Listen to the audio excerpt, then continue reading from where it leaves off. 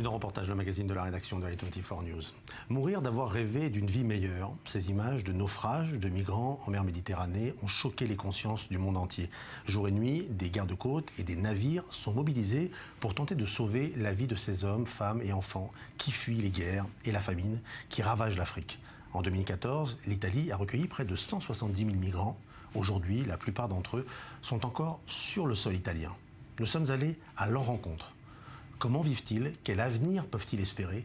Comment les populations locales font-elles face à ce drame? Migrants, après le naufrage, un film de Jérémy Sock pour i24 News.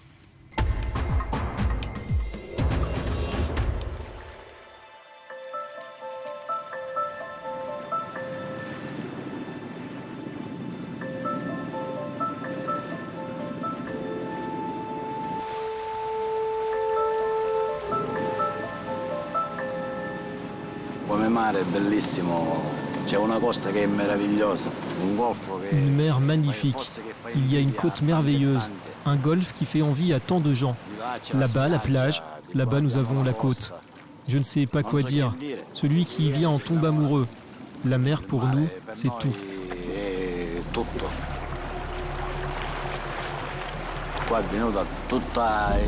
Ici viennent tous les journalistes du monde entier, depuis qu'il y a eu la nouvelle de ces milliers de morts en mer.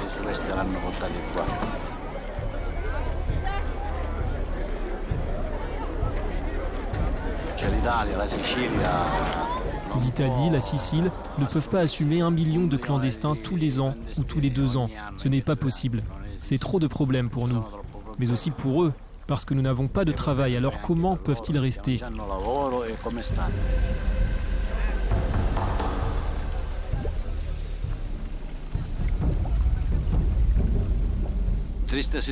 Une situation triste. Il faut voir qu'en ce moment, ça l'est, oui. Il faut y faire face. Mais on ne peut pas les abandonner.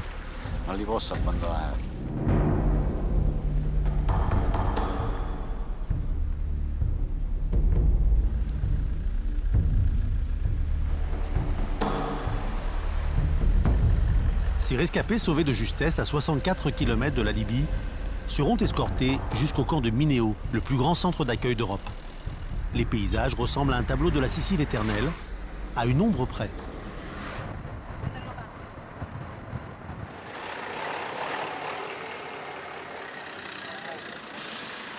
Vraiment, la limite du camp, c'est cette route, parce que ce parking fait déjà partie du camp. Alors vous ne pouvez pas rester ici.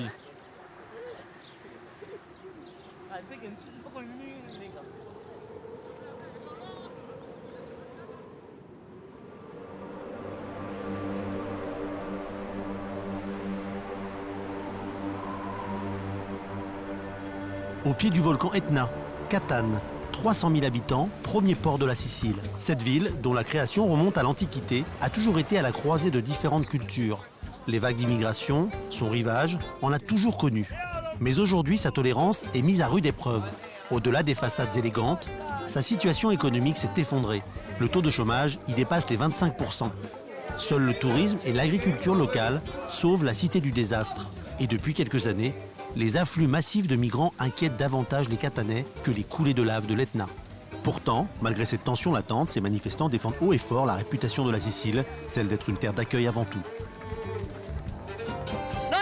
Aujourd'hui, nous sommes sur cette place parce que nous sommes en colère, car il est injuste et inacceptable que l'Europe permette la mort d'1 millier de personnes en un seul jour. Place Tessicoro, l'un des cœurs de la ville. Partis de gauche, associations humanitaires ou ligues antiracistes se sont rassemblés pour exprimer leur solidarité aux migrants. Nous aussi, Italiens, pourrions nous retrouver à leur place. C'est injuste, surtout que nous sommes aussi un peuple dont les grands-parents ont émigré partout. Ils sont allés en Amérique ou en Australie pour trouver du travail. Il est donc juste d'aider ces pauvres gens. La Sicile a toujours été un pont entre les peuples. La grande majorité des Siciliens n'est pas raciste, mais un peuple qui aime l'autre.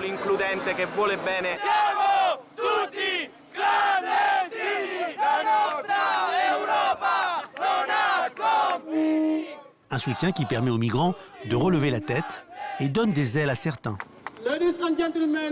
Mesdames et messieurs, j'adresse ceci à tous les Européens. nous vous supplions et vous supplions et vous supplions encore de vous lever et d'aider les immigrants. Nous avons des problèmes dans nos pays. Pour certains, leur vie est en danger. C'est pourquoi ils ne peuvent plus y vivre. Ils doivent fuir et chercher un endroit pour trouver la paix et un avenir. Comme les autres Africains qui l'accompagnent, Lamine est jeune, très jeune. Il vient juste d'avoir 18 ans. En observant leur visage juvénile, difficile d'imaginer l'enfer qu'ils ont déjà traversé. Aujourd'hui, leur combat pour survivre continue.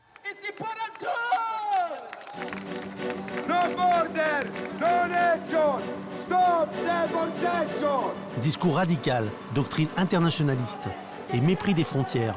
Au-delà de ces slogans d'une certaine gauche, les Katanais venus en spectateurs sont encore bouleversés par la mort de 800 migrants en mer. La vision du bateau des secours ne ramenant que quelques cadavres hante les habitants. Au port de Catane, j'ai vu ce bateau arriver. Il y avait beaucoup de bruit. Mais au moment où le navire a accosté, soudain, il y eut un silence glacial. À cet instant, j'ai alors tout compris. J'ai compris ce que cela signifiait, en effet, de perdre la vie, perdre des frères et des proches en mer. Ces gamins arrivent après avoir tout perdu. Vous savez ce que je pense? Je pense que nos applaudissements, nos baisers ou nos étreintes leur donnent du confort et les aident. Et ils ont besoin du soutien des gens, de celui du peuple, pour qu'ils comprennent qu'ils ne sont pas seuls et qu'ils sont nos frères.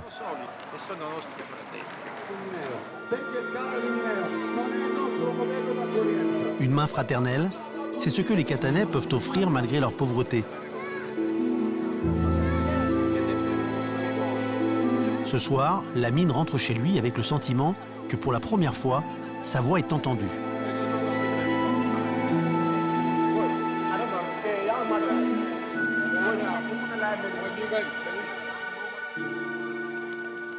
Lamine Bojang a accepté de nous confier son histoire, comme pour l'exorciser. Chaque étape d'un parcours, qui en symbolise des centaines de milliers d'autres. Jusqu'à aujourd'hui, il n'était jamais revenu sur ce port. Je suis arrivé de cette mer là-bas. Quand je suis arrivé en Italie, à Catane, j'avais 17 ans. J'étais un gamin, j'étais vraiment très jeune. Sur le bateau, je faisais partie des 10 plus jeunes. Qu'est-ce que ça te fait d'être ici? Pour moi, c'est le moment où je suis entré ici. Et j'ai ressenti tellement de bonheur, parce que j'avais la vie sauve.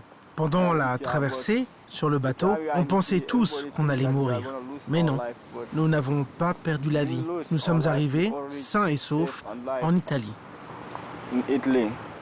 À 16 ans, il fuit la Gambie et la dictature de Yahya Jammeh qui exploite sa famille.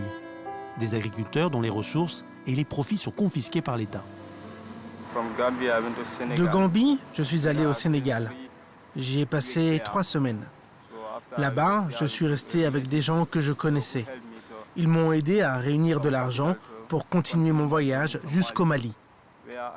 Là-bas, j'ai un ami qui vit avec sa famille. Je suis resté avec eux pendant 3 semaines.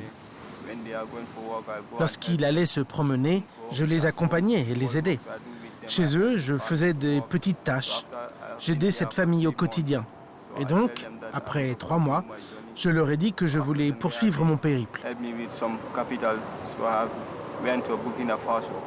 Ils m'ont donc aidé financièrement pour que j'aille au Burkina Faso. Et au Burkina, je suis resté 3 mois. Je ne connaissais personne là-bas. Pour la première fois, j'ai dormi sur les bords des routes. J'étais seul. J'ai cherché des petits boulots et je suis allé au marché, j'ai vendu des blocs de glace et de l'eau. C'est ce que j'ai fait pendant 3 mois. J'ai donc rassemblé un peu d'argent, ajouté à mes précédentes économies, qui m'ont permis de quitter le Burkina Faso pour le Nigeria.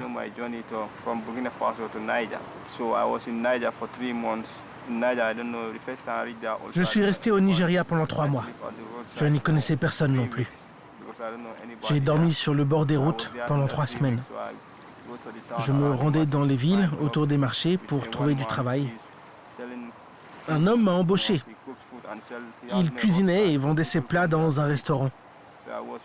Je lui ai expliqué mes problèmes et il m'a pris sous son aile et finançait mon voyage du Nigeria vers la Libye. En Libye, le premier jour où je suis arrivé, on m'a jeté en prison parce que le chauffeur qui nous a conduits en Libye s'est servi de nous pour se faire de l'argent.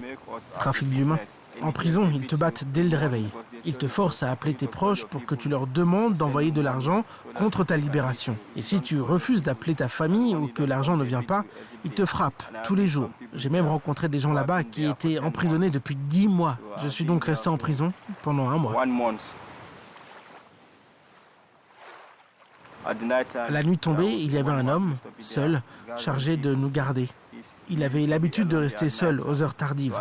Une nuit, il a ouvert la porte et tout le monde s'est jeté dehors. Certains ont réussi à s'évader et d'autres non.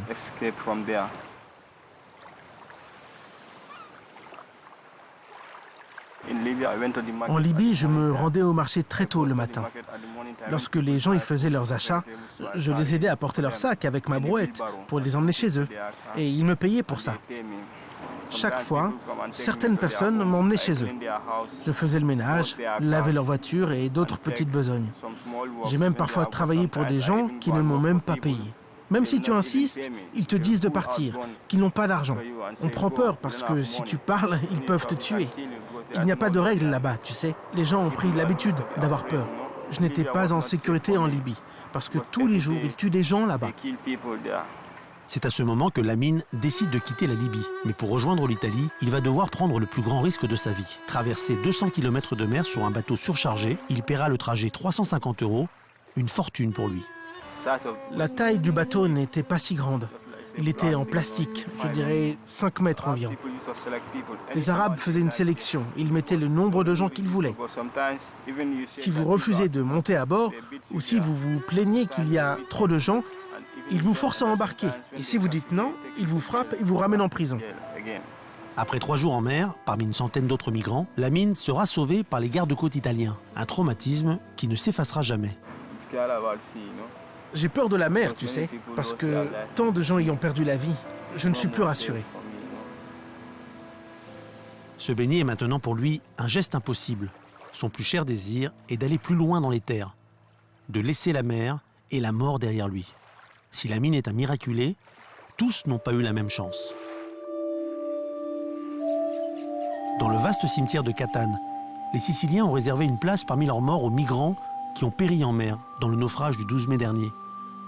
Un monument a été dressé à leur mémoire au milieu des 17 tombes, autant que le nombre de corps retrouvés.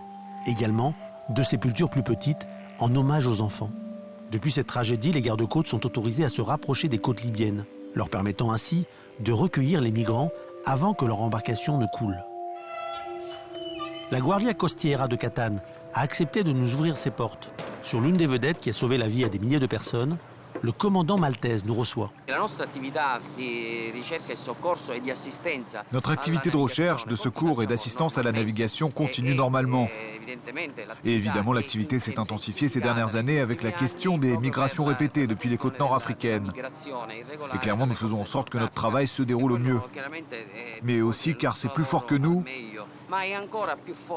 parce que nous sommes nés, avons grandi, étions, sommes et serons toujours des sauveteurs.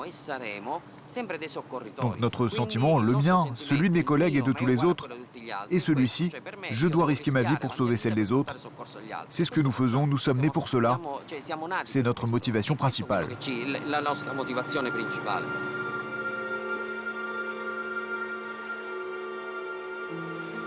Nous retrouvons Lamine. Il nous emmène chez lui, au centre Regina Elena, une école dont l'une des ailes a été transformée en centre d'accueil pour les migrants qui n'ont pas encore atteint la majorité.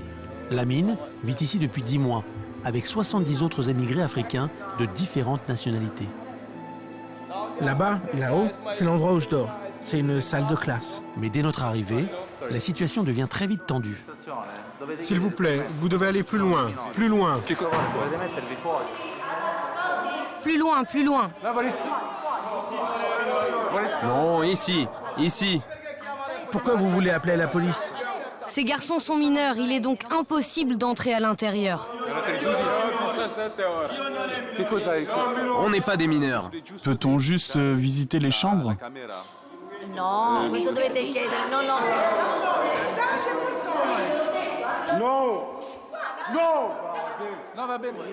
Allons-y, montons.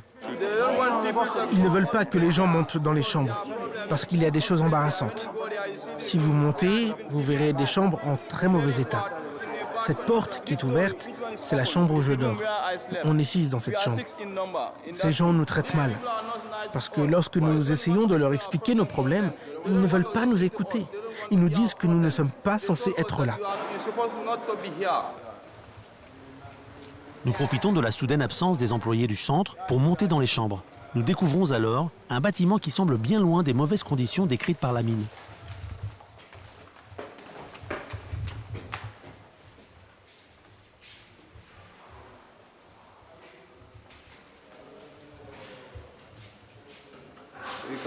Allons voir les chambres. Allez, vite, vite.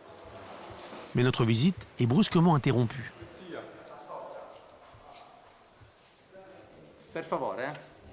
La mine ne cache pas sa déception et sa colère. Vous voyez ce qui se passe ici? Ce travailleur social nous interpelle. Il affirme être souvent témoin de ces démonstrations d'agressivité. De son côté, la mine ne décolère pas et insiste pour nous montrer les vidéos des chambres filmées avec son téléphone portable. Un cadre qui correspond à celui de l'internat scolaire que ces murs accueillaient. Pourtant, la mine et ses compagnons se plaignent régulièrement de leur cadre de vie. La tension est palpable, l'institution le reconnaît. Elle refusera pourtant de l'évoquer devant nos caméras. Une institution débordée face à des adolescents révoltés qui ont aussi vécu le pire. Cependant, la mine a une autre urgence. Il est maintenant majeur et doit donc quitter le centre. Je viens d'avoir 18 ans. Et donc, quand je me rends là-haut pour leur parler de mes problèmes de papier, ils me disent que je n'ai plus le droit à un avocat ni à un tuteur et que je dois maintenant me débrouiller seul.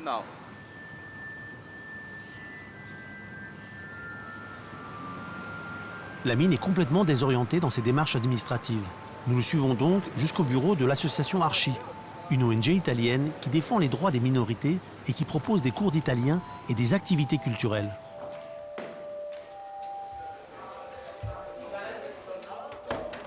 C'est Margherita, une diplômée en sciences politiques, qui l'accueille. Je n'ai personne à qui parler et je ne sais pas où aller pour obtenir mes papiers. Tu dois donc trouver un avocat par toi-même. Et si tu veux, dans notre organisation, Arci, nous avons un avocat et il peut t'aider à résoudre tes problèmes. L'ennui, c'est que la bureaucratie est lente, très lente, et que tu es simplement victime de ça.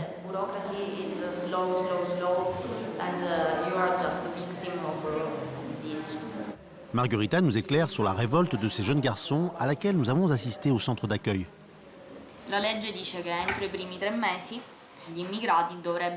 La loi dit que dans les premiers mois, les émigrants doivent se soumettre à une commission chargée de vérifier leur droit au statut de réfugié. En réalité, en raison du manque d'un nombre suffisant de commissions territoriales capables de faire ce genre d'entretien, ces mêmes commissions se retrouvent surchargées de travail. Ainsi, les temps de procédure s'élargissent considérablement et les immigrants restent au camp de Mineo pour une période encore plus longue, qui peut aller jusqu'à 2 ans.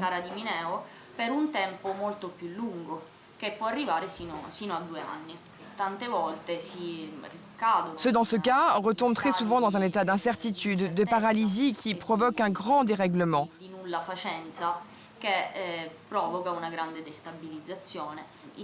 Le sentiment d'être victime de xénophobie et de racisme s'accroît alors. La mine repart cependant avec un peu plus d'espoir.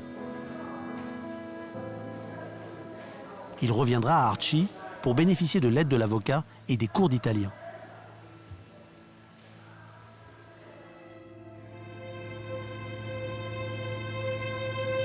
Retour à Mineo. Nous obtenons l'autorisation de visiter le centre d'accueil. Quelques règles pourtant, être sous escorte constante et interdiction de filmer le moindre entretien avec les résidents ou de pénétrer dans les pavillons. De l'intérieur, le camp de Mineo ressemble à une banale cité pavillonnaire. Les rues sont propres et les maisons bien entretenues. C'est Ivana, la directrice adjointe, qui assure la visite. Allons à l'école.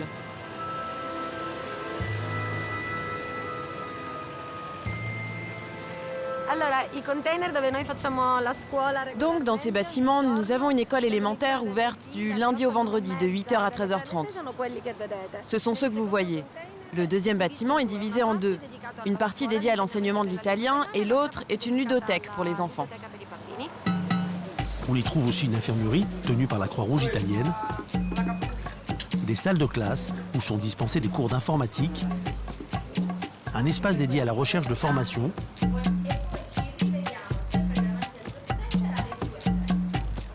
ou encore un large terrain de football.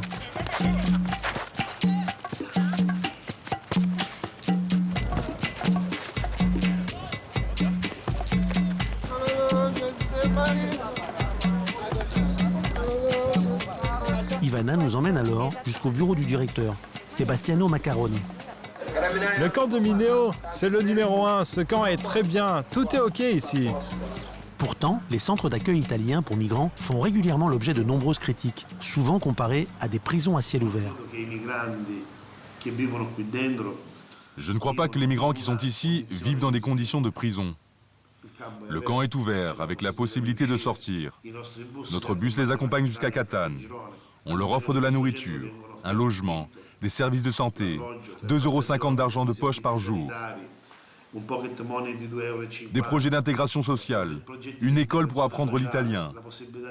Donc, le concept de prison n'est pas approprié. C'est une instrumentalisation de certains politiciens, auxquels je préfère ne pas répondre. Sebastiano Maccarone est employé de banque. Il a créé ce centre il y a 4 ans et il travaille toujours en tant que bénévole. Cette photo a été prise en 2007 à Lampedusa, après qu'il ait construit le premier centre pour demandeurs d'asile. De toute évidence, une fierté pour lui, qui ne l'empêche pas de rester lucide sur le progrès qui reste à faire. Il y a trop de gens qui arrivent, trop de gens qui fuient la guerre, la famine, le désespoir. La Sicile a toujours été une terre d'accueil. Donc, il faudrait une loi unique sur la demande d'asile politique et une protection internationale valable sur toute l'Europe.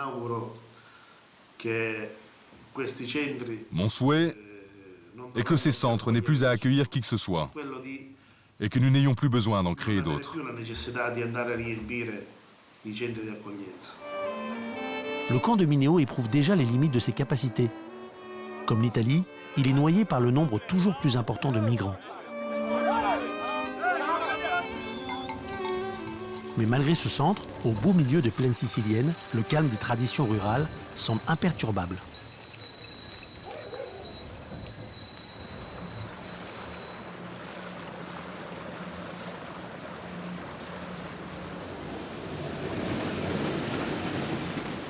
Dernière rencontre avec Lamine, dans les rues du centre-ville de Catane. 10 mois après son arrivée, il partage avec nous ce sentiment d'étrangeté qui persiste en lui. C'est une jolie ville. Je n'ai jamais été dans un endroit pareil. Mais je ne me sens pas chez moi pour autant. Certaines personnes sont très aimables avec moi. Ils me saluent même dans la rue. Mais d'autres me fuient quand ils me voient. Ils pensent que je suis une sorte de criminel. Tout ça parce que je suis noir.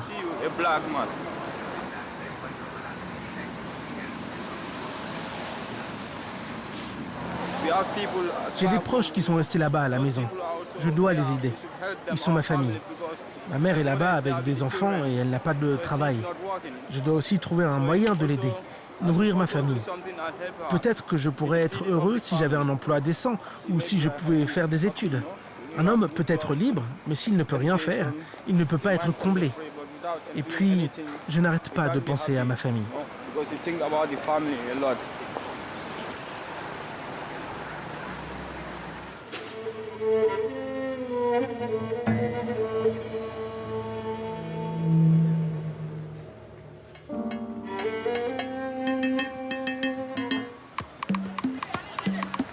Loin de chez lui, confronté à un quotidien souvent difficile, Lamine a pourtant réussi à retrouver sa passion d'enfance, le football. Et comme chaque semaine, il rejoint ses amis pour jouer. Un moment de détente et d'amusement pour ces jeunes sortis tout juste de l'adolescence.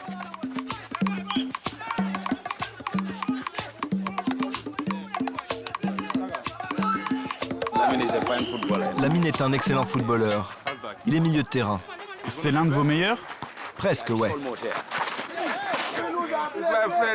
C'est mon ami. Il s'appelle Abou Sawo. On était dans le même bateau de la Libye jusqu'en Italie. On est allé dans le même camp, dans la même maison, tout en même temps. On est comme des frères maintenant, le même sang. C'est un super ami. Il aime dire la vérité, il ne m'y dit pas sur les autres. Il s'occupe de ses propres affaires. Je l'aime vraiment et je suis content de l'avoir rencontré.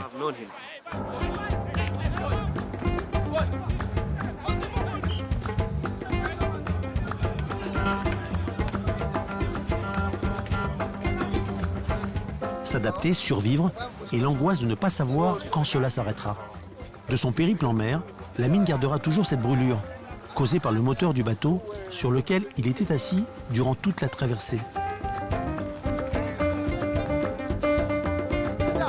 Peu après ce tournage, Lamine a reçu une bonne nouvelle. Dans 5 mois, il obtiendra un permis de séjour de 2 ans. Il pourra travailler, se déplacer plus librement et faire des études. Son rêve, devenir footballeur professionnel dans un club d'Europe, mais au poste de libéraux.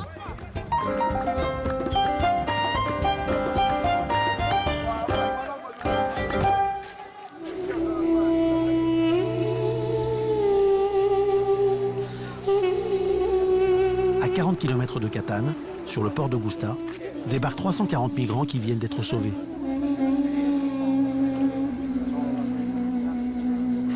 Et toujours l'identique rituel.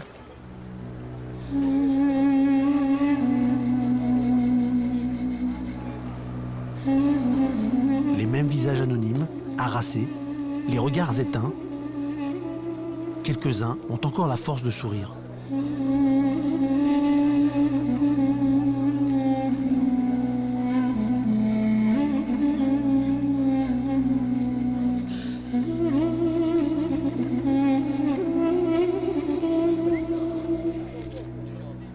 Ces femmes aux larges étoffes colorées cachent des souvenirs terribles. Beaucoup d'entre elles sont tombées enceintes après avoir été violées dans les geôles libyennes.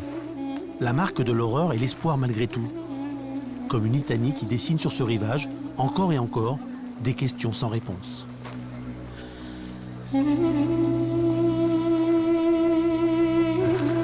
Tout va bien?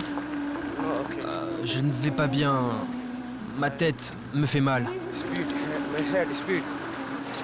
Je me sens bien, je suis heureux, je suis si heureux. Parce que je suis en Italie, je suis tellement heureux.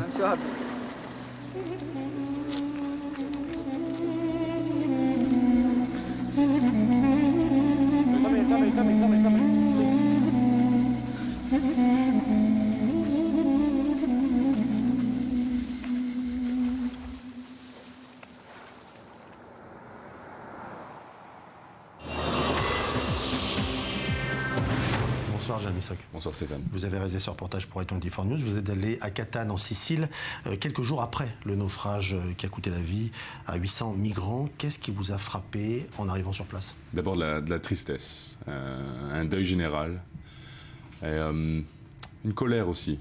Une colère d'avoir assisté à cette tragédie impuissant et une colère vis-à-vis des institutions européennes surtout, au peu d'efforts consacrés à cette tragédie. Donc de la tristesse en arrivant, est-ce que la vague justement d'émotion dans l'opinion publique peut avoir un effet concret sur la situation? Tout à fait. Juste après la tragédie qui a coûté la vie à 800 migrants, Ban Ki-moon, le président de l'ONU, s'est déplacé et a visité la Sicile en compagnie de Matteo Renzi, le Premier ministre italien. Il a promis de tripler le budget de l'opération Triton, qui est cette opération de secours en mer pour sauver des vies. Il a promis de plus grand aussi d'augmenter les centres d'accueil en Italie, mais surtout, ce qui semble être la proposition raisonnable, de répartir l'effort d'accueil sur tous les autres pays européens pour alléger la pression de l'Italie. Certains parlent aussi, c'est complètement utopique, mais d'intervenir dans les pays d'origine et de rétablir l'ordre au Sénégal, en Gambie, en Érythrée. Voilà. Est-ce que vous avez senti que cette situation pouvait également donner naissance à d'autres risques, notamment en Italie, dans le sud du pays? Alors oui, des risques surtout sociaux, c'est-à-dire que la Sicile est déjà très pauvre. À Catane, le taux de chômage s'élève à 25%, voire plus. Et les Siciliens, malgré leur compassion sincère, vraiment, craignent un appauvrissement de leur ville. Donc je pense que le risque principal, c'est une montée de la xénophobie et du racisme. Et la situation peut vraiment devenir explosive, vraiment des tensions entre les communautés. Voilà, je pense que le risque principal est là. Et en Europe, pardon. Qu'est-ce qu'ils vous ont dit, par exemple? La peur de l'insécurité? La peur de l'insécurité, la peur des maladies, parce que bon, les migrants sont souvent porteurs de maladies, la gale et la tuberculose notamment. Aussi, donc, effectivement, de peur que les migrants viennent leur prendre leur travail. Mais c'est une situation qui risque d'être explosive en Sicile, mais qui risque de se généraliser en Europe. Si les afflux de migrants, comme ça, deviennent de plus en plus importants, alors que l'Europe est déjà en crise identitaire, surtout identitaire, effectivement. Merci Jérémy Soc. Merci Stéphane. Je vous retrouve la semaine prochaine pour un nouveau numéro de Reportage, le magazine de la rédaction de i24 News. Au revoir.